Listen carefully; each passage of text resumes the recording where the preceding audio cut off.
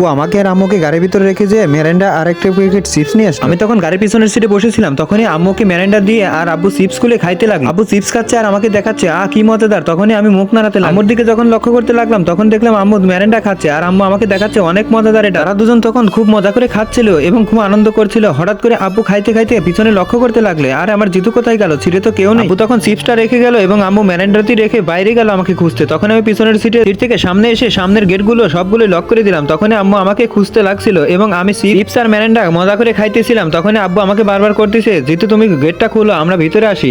আপনি কি দুধ খেতে ভালোবাসেন নাকি মদ খেতে ভালোবাসেন? যদি দুধ খেতে ভালোবাসেন তাহলে ভিডিওটি লাইক করে চ্যানেলটি সাবস্ক্রাইব করে দিবেন। ডান পাশ থেকে আব্বু আর বাম পাশ থেকে আম্মু শুধু বলতেছে, জিতু তুমি খোলো, আমরা আসি, তুমি সবগুলোই খেয়ে নাও। তখনই জিতু কিছু না মনে করে সবগুলোই খেয়ে আবার বোতল আর চিপসের কাগজটা ওখানে রেখে গাড়ির গেটগুলো লক করে দিতে লাগলো। লক করে দিয়ে সে পিছনের দিকে আবার সিটে যেয়ে বসে পড়ল। আব্বু আর আম্মু তখনই গাড়ির সিটে বসে গেল। তখনই আমি অনেক নাচতেছিলাম।